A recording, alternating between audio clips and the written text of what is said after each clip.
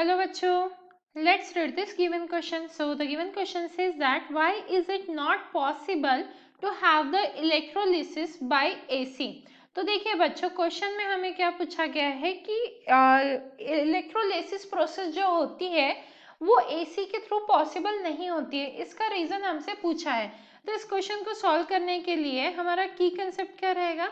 सबसे पहले हम की कंसेप्ट देख लेते हैं। तो देखिए यहाँ पे इलेक्ट्रोलिसिस प्रोसेस की बात हो रही है, तो हम लिख लेते हैं कि इलेक्ट्रोलिसिस प्रोसेस होता क्या है। तो in electrolysis process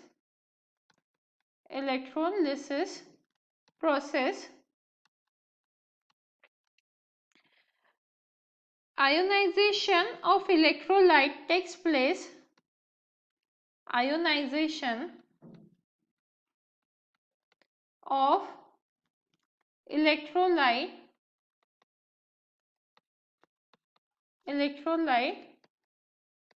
takes place towards the opposite electrodes. Takes place towards the opposite electrodes. देखिए ये जो की कंसेप्ट लिखा है हमने, इसे हम एक बार समझ लेते हैं। तो इलेक्ट्रोलिसिस प्रोसेस क्या होती है? मान लीजिए कि कोई एक कंटेनर है हमारे पास, जैसा कि यहाँ पे शो कर रही हूँ मैं, और इसमें इलेक्ट्रोलाइट फिल्ड है। ठीक है, अब इसमें क्या होता है कि हम दो इलेक्ट्रोड को डिप कर देते हैं। इसमें से एक इलेक्ट्रोड होता है पॉजिटिवली चार्ज, दूसरा होता है नेगेटिवली चार्ज। जो पॉजिटिवली चार्ज होता है उसे एनोड कहते हैं, जो नेगेटिवली चार्ज होता है उसे कैथोड कहते हैं। तो ये जो इलेक्ट्रोलाइट है इसमें जो आयंस होते हैं, जैसे नेगेटिव आयंस किस पर अट्रैक्ट होंगे? पॉजिटिव इलेक्ट्रोड की तरफ, और जो पॉजिटिव आयंस है वो कहाँ पे जाएंगे? नेगेटिव इलेक्ट्रोड की तरफ। इसीलिए हमने लिखा है कि ये प्रोसेस में जो आयोनाइजेशन होता है, तो जो इलेक्ट्रोलाइट है, मतलब ionization of electrolyte takes place towards the opposite electrodes, क्योंकि जो आयंस है, अगर पॉजिटिव आयन है तो वो नेगेटिव इलेक्ट्रोड की तरफ जाएगा, इफ नेगेटिव आयन है तो वो पॉजिटिव इलेक्ट्रोड की तरफ जाएगा।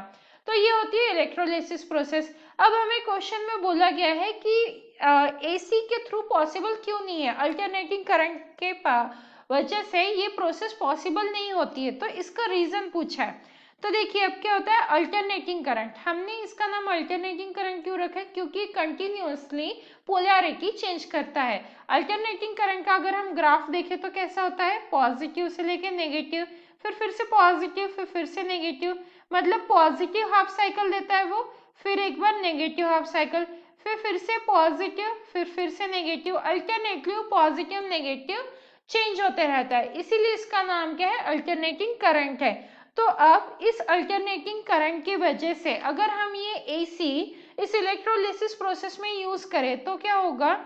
If we use AC supply,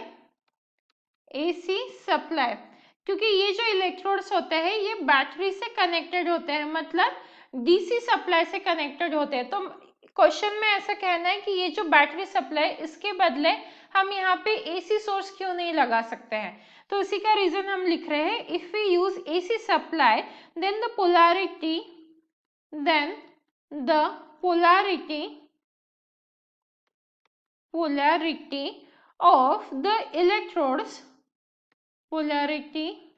of the electrodes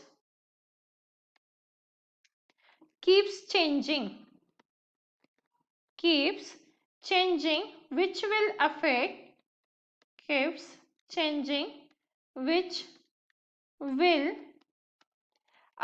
the electrolysis,